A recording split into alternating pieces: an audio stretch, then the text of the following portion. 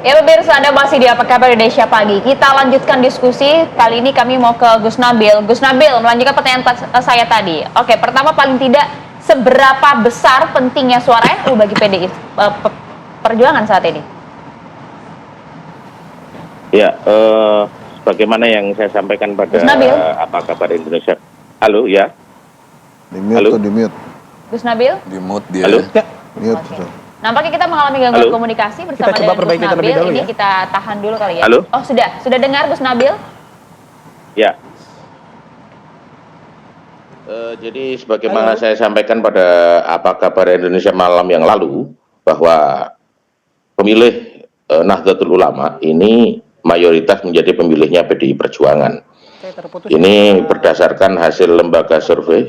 Gus Nabil, saya langsung ke Bang Henry Satrio nih, sudah punya Gimana? Analisisnya tajam biasanya ya Pak. Dan kadang-kadang tepat gitu. Kadang. Berangkat paranormal sih. Oke, Bang, kalau misalnya kita bicara soal tadi ya, soal suara NU, tapi memang sudah diakui juga, nggak mungkin semua gitu. Nah, tapi kalau misalnya melihat dengan kondisi kontekstual saat ini, yang ke PKB kemudian memilih pasangan Anies Baswedan dan Muhaimin Iskandar, porsinya besar nggak? Ya, porsinya kemenangannya PKB itu. Jadi kalau tadi Kang Maman bilang Jawa Timur, ya memang 2 kali pilpres, pileg gitu ya, 2 kali pemilu, selalu di 2 besar. Di 2014 bahkan unggul nomor 1. Yang kedua kemarin 2019 kalah sedikit lah sama PDI Perjuangan gitu ya. Jadi kalau kemudian Kang Maman tadi realistis, ya tepat juga. Tapi kalau menurut saya sekarang tuh tugas PKB adalah membawa sebanyak-banyaknya suara Nahdien yang belum menentukan pilihan, termasuk suara Nahdien yang ada di Demokrat menurut saya.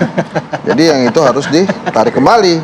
Karena sayang kan sudah ada semangat perubahan, karena kemarin namanya jangan-jangan koalisi perubahan tanpa embel-embelnya. Kita hanya perubahan. Ini suaranya aja apa Demokratnya juga ditarik nih? Loh, kalau bisa semua kan alhamdulillah tuh ya. Jadi menurut saya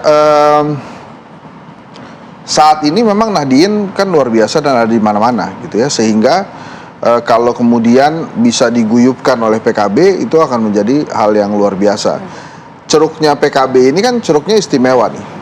Saya juga yakin bahwa para Nahdien itu tahu kalau mereka ingin berkarir politik cepat, ya PKB memang tempatnya. Jadi partai untuk Nahdien ya PKB gitu.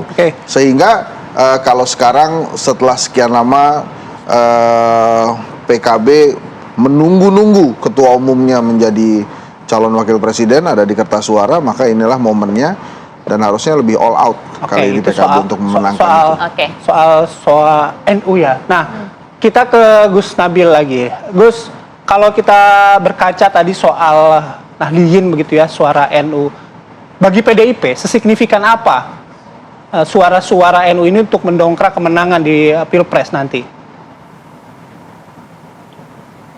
Ya, bisa dengar suara saya? Dengar Gus. Jelas Gus. Oke, jadi sebagaimana kita tahu di banyak lembaga survei menyatakan bahwa pemilih Nahdlatul Ulama ini mayoritas menjadi pemilih PDI Perjuangan ya. PDI Perjuangan ada di posisi teratas, di atas 20%, baru di bawahnya ada Gerindra, dan di bawahnya lagi baru PKB di nomor 3. Nah, kemudian saya ingin meralat Kang Maman ya, kalau Jawa Timur katanya sudah pasti menang. Saya kira di pemilu 2019 justru PDI Perjuangan yang menjadi pemenang di Jawa Timur. Jadi saya kira perlu dipertimbangkan lagi itu kira-kira pernyataan Kang Maman. Dan saya kira di Pilpres kali ini justru Caimin yang harus bekerja keras untuk meyakinkan suara atau basis massa PKB itu sendiri. Karena elektabilitas Caimin itu sampai hari ini itu masih kurang lebih di 2% lah. Dan saya sudah bertemu beberapa kiai-kiai kampung ya di beberapa daerah, dan mereka adalah bergabung di partainya Kang Maman, menyatakan juga belum cukup happy dengan situasi hari ini. Jadi memang Caimin atau PKB perlu bekerja keras untuk meyakinkan suara-suara Nahdlatul Ulama atau Nahdliyin. Artinya kalau PDIP tidak perlu terlalu bekerja keras gitu untuk meraih suara NU. Demikian, Gus. Bukan. Lumbungnya udah besar Bukan tidak terlalu bekerja keras. Justru kami sudah pemilih Nahdlatul Ulama atau Nahdliyin itu paling banyak itu menjadi pemilih PDI Perjuangan.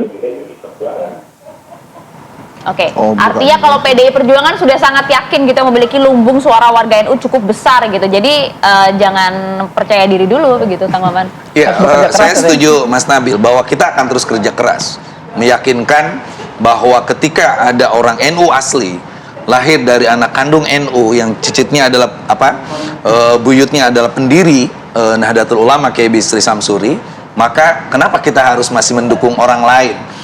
Seperti itu. Makanya ini yang berbeda. Ada semangat realistis dari masyarakat Nahdliyin bahwa kita memilih partai yang berbeda, tapi ketika yang menyalonkan presiden atau wakil presiden itu adalah tokohnya sendiri, maka di NU itu ada kebiasaan baca sholawat wa ala alihi washabi ajmain. Kita akan memilih keluarga terdekat, baru setelah itu orang lain. Itu yang pertama.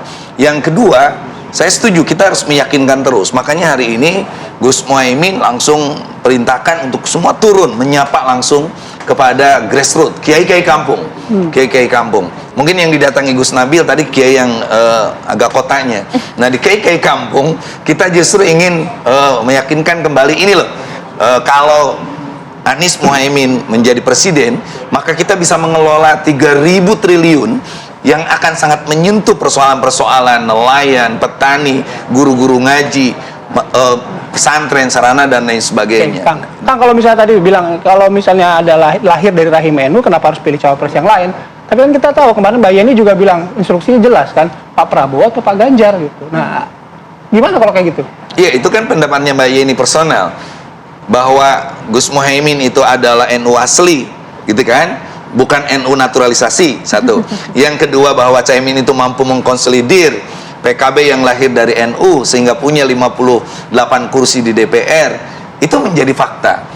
Tanya aja tokoh-tokoh NU yang bisa membawa PKB sebesar ini lalu solid.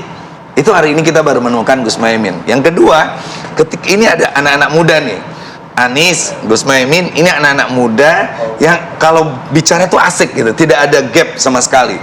Saya 2 hari ini Capres lain muda juga loh, Kang. Kenapa? Capres lain muda juga loh. Iya, tapi kan capresnya Allah alam Kamu yang belum satu. diumumin ya, Kang? Iya, apalagi kalau MK nanti memutuskan bahwa yang di atas 70 tidak boleh, kan wallahu alam juga. Oke, Gus Nabil, respon Anda Gus, langsung saja. Ya, saya kira bagaimana tadi yang saya sampaikan ya, realitas hari ini pemilih PDI Perjuangan ini mendapatkan lebih dari 20% pemilih Nahdlatul Ulama. Kenapa begitu? Karena selama ini dan sejauh ini apa yang kemudian dilakukan oleh PDI Perjuangan, kebijakan-kebijakan, program-program yang dilahirkan oleh PDI Perjuangan ini senafas dengan apa yang menjadi kebutuhan warga NU.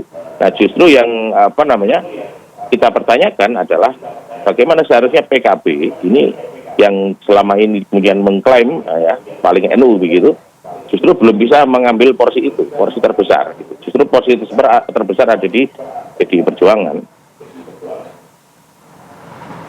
Oke, betul demikian Bang Ensak.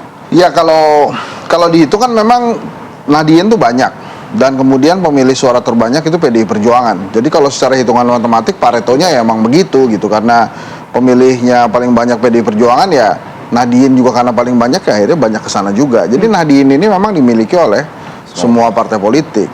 Tapi pertanyaannya adalah seberapa perubahankah PKB gitu. Koalisi perubahan ini kan kalau dipersepsikan awal yang melakukan gerakan perubahan itu ada Demokrat dan PKS gitu ya. Sekarang ada Nasdem dan PKB yang berada di koalisi Pak Jokowi. Ini kan selalu dipertanyakan jadi akhirnya ini seberapa perubahannya akan dibawa. Dan itu menjadi penting. Makanya tadi saya katakan kalau kemudian mau menarik lebih banyak orang Nahdliyin lagi, ya ajak aja Nahdliyin yang ada di Demokrat atau Partai Demokratnya sekalian diajak kembali gitu ya. Kan Kompor nih. karena kan berteman itu jauh lebih baik kan daripada musuh-musuhan gitu kan. Dan itu pasti Nahdliyin juga begitu kan Kang? Iya, Lebih setuju. banyak berteman gitu. Nah, Sehingga di waktu yang dekat ini bagaimana mengonsolidasi Nahdien. Dan jangan salah juga, tadi Kang Maman sudah menyampaikan, PKS itu juga banyak Nahdiennya.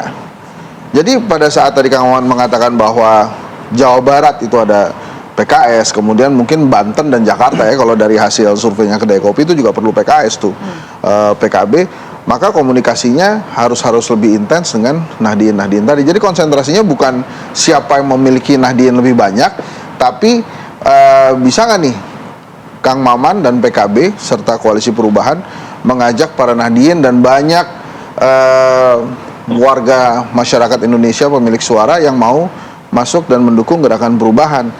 Kalau di surveinya Kedai Kopi kan 61,3%. Dengan adanya PKB harusnya lebih tinggi lagi tuh. Berarti PDIP kalau misalnya perubahan Bang, itu. kalau Bang tadi sebut seperti itu, kalau untuk PDIP partai yang lain nggak ada isu dong dengan soal Nahdien ini?